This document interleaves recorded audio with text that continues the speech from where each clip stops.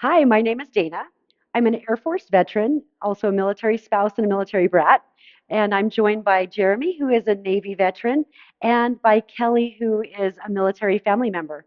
So we are all very excited to be here on behalf of Comeback Yoga for the Strength Series. Today, we'll work on a warrior flow that will be hopefully challenging enough, but also very accessible for you today. So as we get started, I'm coming to a seated position on a block because that feels better for my body. But if you'd like to bring legs out front or cross legs, any style of sitting would be great. And as we start to feel connection, notice a sense of grounding. The sits bones are touching down on something most likely.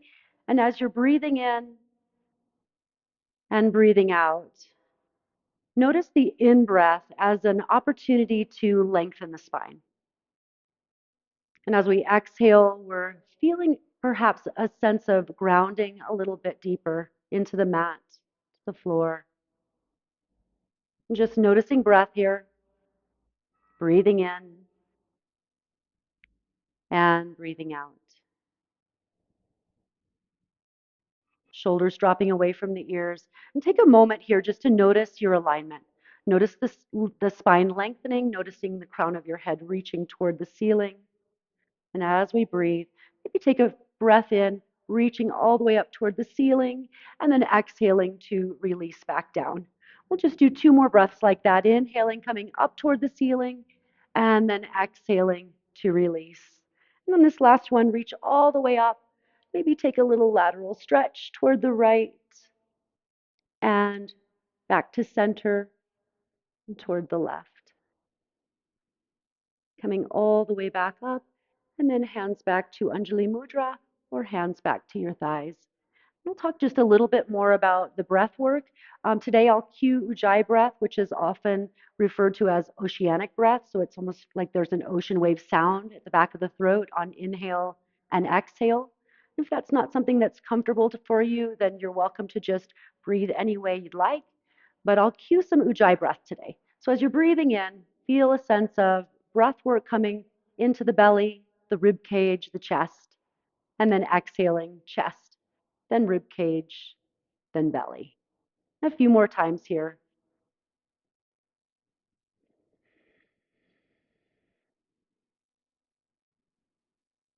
And just observing the state of your mind, sensation in your body, qualities in the breath. And one more inhalation, reach both arms all the way back up. And then exhale as we take hands down, remove any props that you might have, and we'll come into a child's pose. And as we make our way into child's pose, this can be with wide knees or knees together. Your forehead can be touching down on a block or even the floor. Noticing that the shoulders are relaxed, relaxing through the hips. And we'll shift forward to quadruped position, a hands and knees position. And then we'll drop back. We'll do this just a couple times just to introduce some flow, some movement into the practice. Inhaling, coming to hands and knees. Exhaling, dropping back. Inhaling. Let's hold this time, making sure that wrists are under shoulders, shoulders are away from your ears. Round over the toes as an option. Lift both knees off the floor. This is a lot of core work, so if you feel like it's a little more than you want, you're welcome to come back down anytime. Maybe come back up. If you want a little bit more challenge, taking the right foot off the floor perhaps, and changing to the left. Let's take an inhalation, exhaling, dropping back down, knees come to the floor, child's pose. Round over the toes, find a downward facing dog. And as you make your way to downward facing dog, feet come to about hip distance, maybe a little bit wider. That's a little more comfortable sometimes. Hands can be shoulder distance. You can also take them a little bit wider for some shoulder comfort and ease. Let's walk the dog here. We'll bend the right knee, press the left heel down, and switch. We'll just do this a few times. I'm thinking about the alignment in downward facing dog. If you're feeling a lot of pressure on the wrists, you can come down to your hands and knees or even the forearms.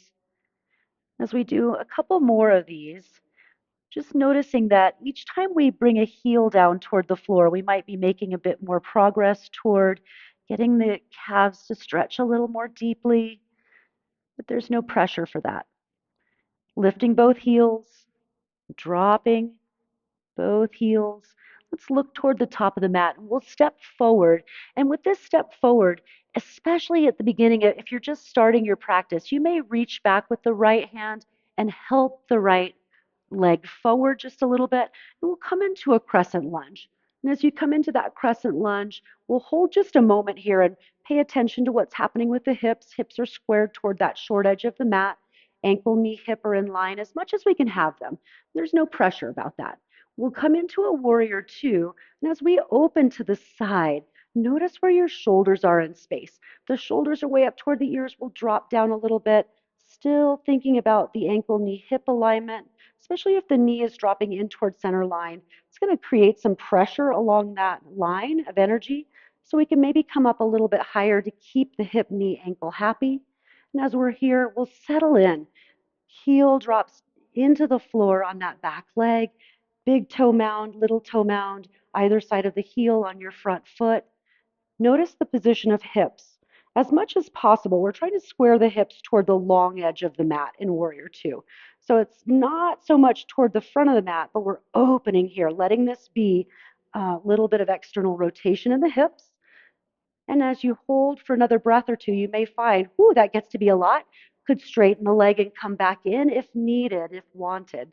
Take an inhalation here, maybe looking past the fingertips on your front hand. Let's take one more inhalation, and then we'll exhale.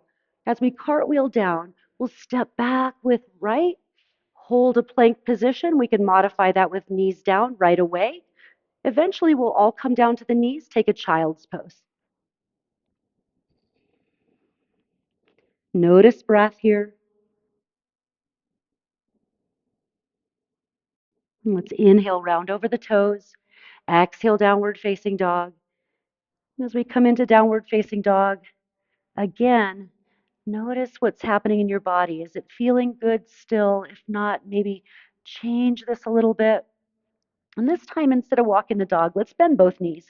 Bend both knees, drop knees and hips toward the floor, and then press to straighter legs. And just notice the quadriceps getting some work. The shoulders are working. The core is working. Bending both knees, pressing to straight legs. Let's do just another one or two of these. Feeling in your body, a little bit of warmth happening as we're warming up in this practice. Come all the way back up to a straighter leg position, and then we'll look toward the top of the mat. Same thing as before. You could hold on to the left leg to bring that leg forward just a little bit.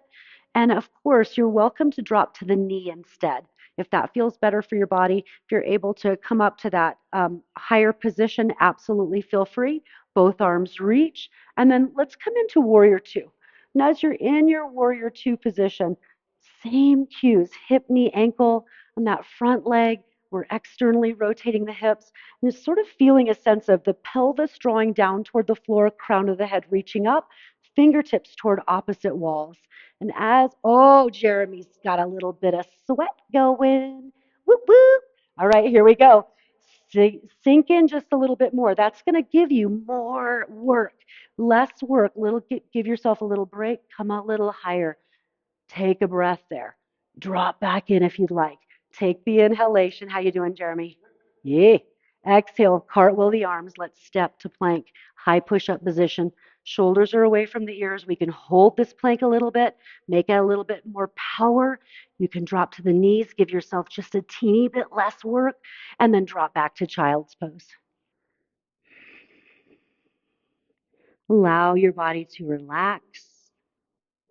Shoulders soften, forehead comes down. And let's round over the toes. Find downward facing dog. And this time through, we'll take the right leg up just about halfway. Bend the right knee. We'll rotate around the hip joint. And with this one, we're paying attention to the pelvis, noticing that The pelvis isn't moving up and down or forward and back. We're just moving around the hip joint, feeling what's available here, what mobility is available in the hip. Reverse that circle when you're ready. We'll just do that one or two more times. Noticing your shoulder carriage. We're trying to keep the shoulders pretty stable here. And then bring the right leg up toward the ceiling, knee toward the belly, step through your hands. Again, could use your hand behind your thigh as a helper here. Arms can reach up. We'll find our crescent lunge. And then we'll go into our warrior two. One more time. Sink in. Let's reverse this warrior. And breathe in here, noticing the breath. And then we'll exhale. Hand comes to the front thigh. Let's come into Parshvakonasana, side angle position here. And as we're in this side angle, notice that it's easy to send the hip out. Try to tuck your hip under as much as possible, and that might mean getting higher in the posture. And as we're here, could take the left arm up. Certainly don't have to. Could bring the left arm over your ear. And then we'll reach back up toward the ceiling. Let's drop the left hand to the floor. Spin the back heel. Find your plank position. Hold that plank, shoulders away from the ears, dropping knees down. Take the child's pose. Inhale, let's round over the toes. Downward facing dog. And as we come into downward facing dog here, we'll take the left leg up this time, just about halfway. Bend the left knee, rotate around the hip joint. As we rotate around the joint, notice mobility that may be available. Keep the pelvis pretty stable. And then reverse that circle when you're ready. Keeping the shoulders pretty steady here if we can. Then we'll take the left leg up toward the ceiling.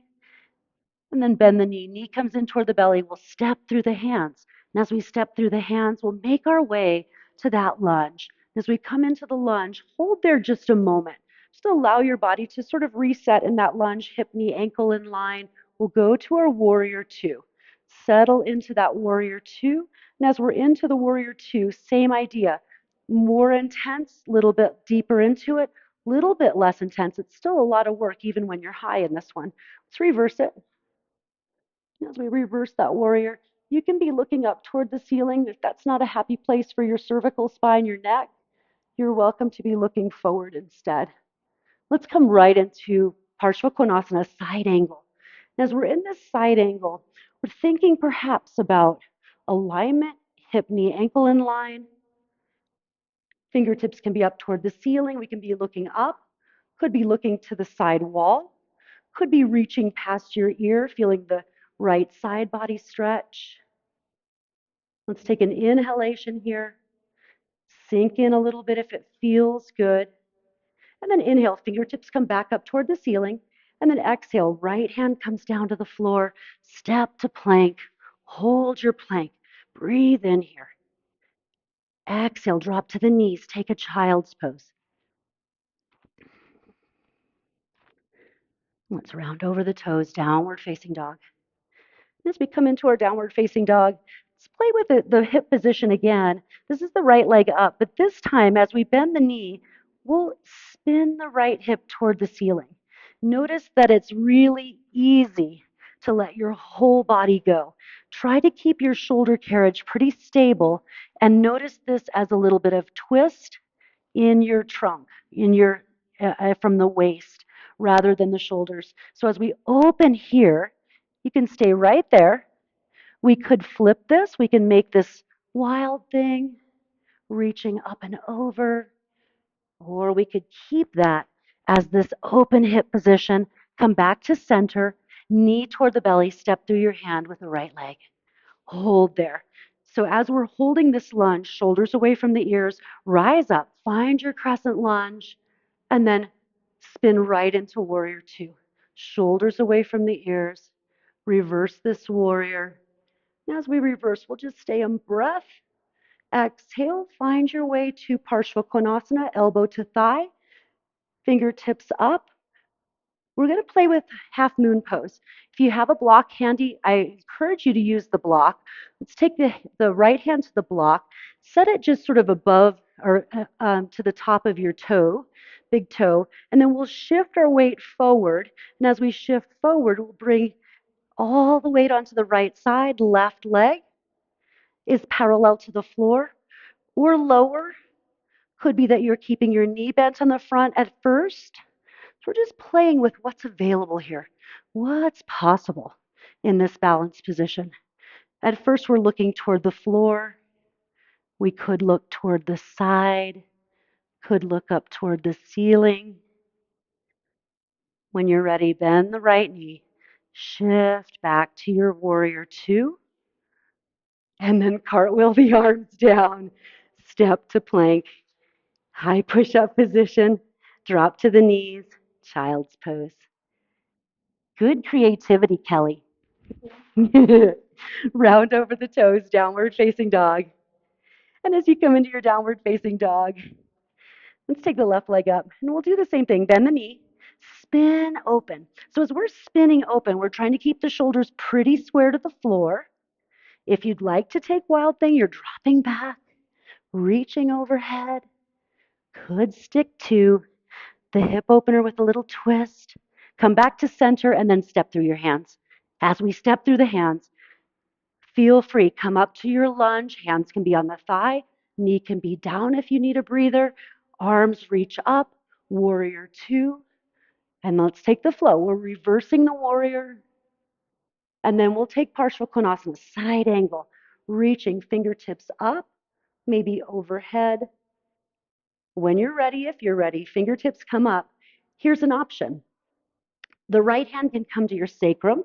We're looking down toward the floor. We're grabbing that block, coming right back into Ardha Chandrasana, half moon pose. And as we're in this shape, it may look way different. You could have your front knee bent. The leg could be lower. So as we're playing with what's available here, maybe you're starting to bring the fingertips up. Maybe we're looking to the side, up toward the ceiling. So let that be what works for you today. Bend the left knee, shift back. Find your warrior two, shoulders away from the ears, and then we'll cartwheel down. As we cartwheel down, we'll step to plank, and then drop to the knees, take a child's pose. And as we come into our child's pose,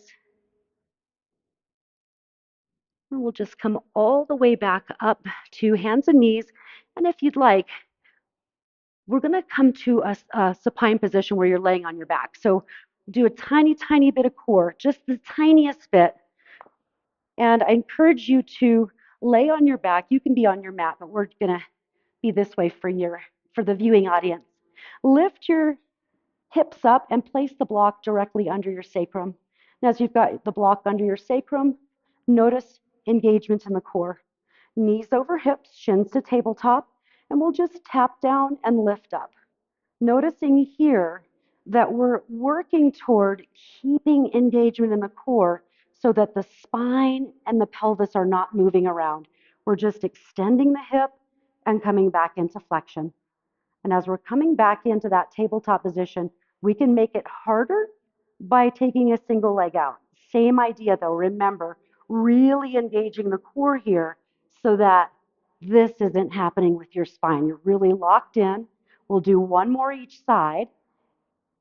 And then when you're ready, come all the way back in, feet to the floor, lift your hips, take your block away, bring both knees into the chest.